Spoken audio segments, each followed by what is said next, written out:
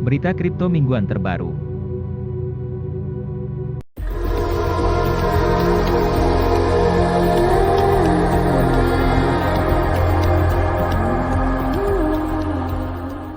Halo kabar baik bagi sobat semuanya. Meta Crypto mengadakan event giveaway dengan total hadiah sebesar 2 juta rupiah untuk dibagikan kepada 20 pemenang yang beruntung, masing-masing mendapatkan 100 ribu rupiah. Caranya cukup subscribe dan join Telegram channel. Untuk pemenangnya akan diumumkan di Telegram setelah mencapai 1000 subscriber.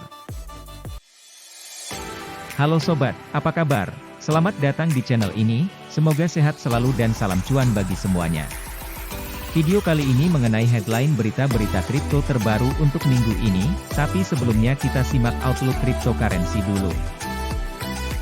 Hari ini 25 Juni 2022.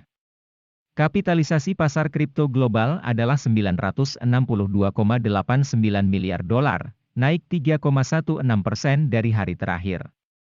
Total volume pasar kripto selama 24 jam terakhir adalah 63,92 miliar dolar, naik 0,89%. Harga Bitcoin saat ini 21.403,35 dolar, naik 1,91%, market cap lebih dari 408 miliar dolar, volume transaksi dalam 24 jam lebih dari 24 miliar dolar. Harga 20 besar cryptocurrency berdasarkan market cap yang mengalami kenaikan terbesar dalam 24 jam adalah Shiba Inu yaitu 10,33%. 20 besar trending cryptocurrency yang mengalami penurunan paling besar dalam 24 jam adalah DeFi Money yaitu 57,81%.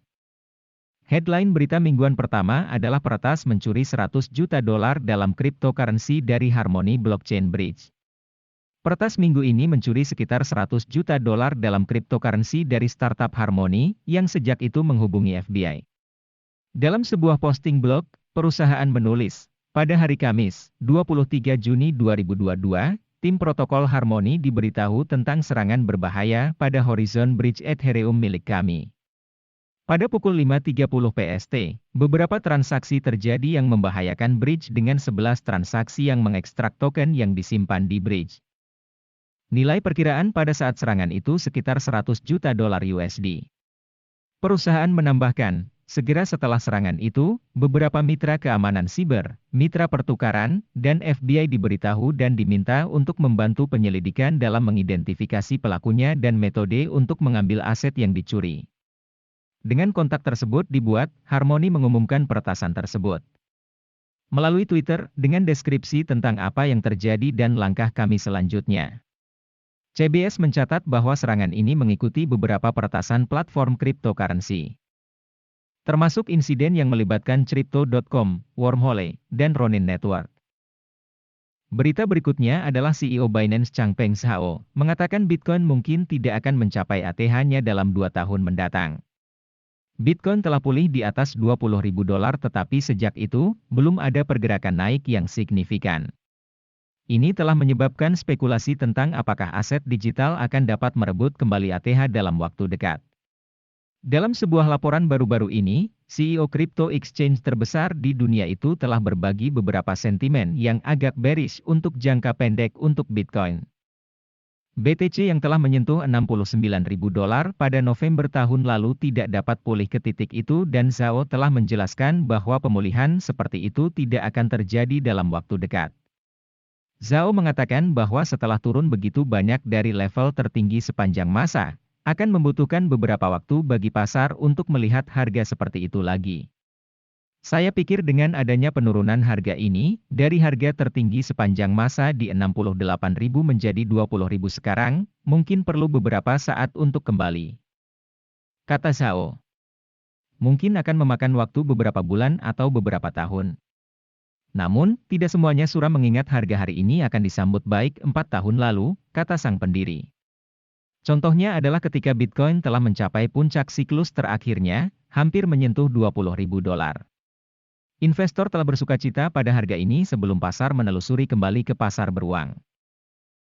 Berita selanjutnya yaitu Crypto Exchange, FTX sedang dalam pembicaraan untuk membeli saham di BlockFi, menurut laporan dari Wall Street Journal hari ini.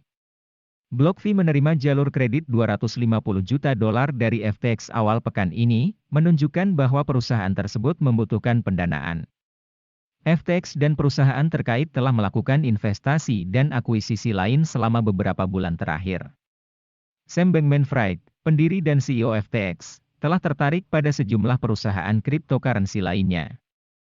Alameda Research yang juga dipimpin oleh Bankman-Fried, telah mengakuisisi saham di broker kripto Kanada Voyager Digital. Selain itu, Alameda memperpanjang batas kredit sebesar 200 juta dolar tunai dan 15.000 BTC ke Voyager bulan ini. Dana tersebut tampaknya dimaksudkan untuk membantu Voyager pulih dari kesepakatan yang gagal dengan Three Arrows Capital, yang dipinjamkan sejumlah itu. Voyager mengklaim bahwa Three Arrows Capital berutang 667 juta dolar. Dalam kesepakatan lain tahun ini, Bankman-Fried berinvestasi di Robinhood, memperoleh 7,6% saham senilai 648,3 juta dolar. FTX mengakuisisi Bitvo bulan ini, sementara FTX Amerika mengakuisisi Embedded Financial. FTX tampaknya berada dalam posisi yang kuat. CoinGecko menempatkan FTX sebagai bursa terbesar kedua yang sepenuhnya terpercaya, dengan volume perdagangan 2 miliar dolar selama 24 jam terakhir. Berita selanjutnya adalah Goldman Sachs dilaporkan berencana membeli aset kripto jaringan Celsius jika terjadi pengajuan kepailitan. Menurut orang yang mengetahui masalah ini, Goldman Sachs berencana untuk mengumpulkan 2 miliar dolar dari investor, karena membuat persiapan yang memadai untuk membeli aset Celsius Network dengan harga diskon jika perusahaan mengajukan kebangkrutan. Menurut laporan WSJ, ada kecenderungan bahwa Celsius Network akan mengajukan kebangkrutan dalam beberapa minggu mendatang karena perusahaan telah membuat langkah signifikan ke arah itu. Celsius Network telah memanfaatkan jasa konsultan restrukturisasi dari Alvarez & Marsal, yang diharapkan memberikan nasihat profesional mereka tentang kemungkinan pengajuan kebangkrutan. Sobat Meta Kripto, itulah headline beberapa berita kripto untuk minggu ini. Bila ingin investasi di kripto, lakukan riset dahulu, karena Mimin bukan penasihat keuangan atau promosi investasi, seperti disebut dalam disclaimer di video ini, dan jangan lupa tolong subscribe ya. Karena kami akan terus upload video baru yang membantumu untuk terus mendapatkan ilmu dan info terbaru sehingga meminimalisasi kerugian. Demikian informasi dan ulasan kami untuk Sobat Meta Kripto kali ini, semoga berguna.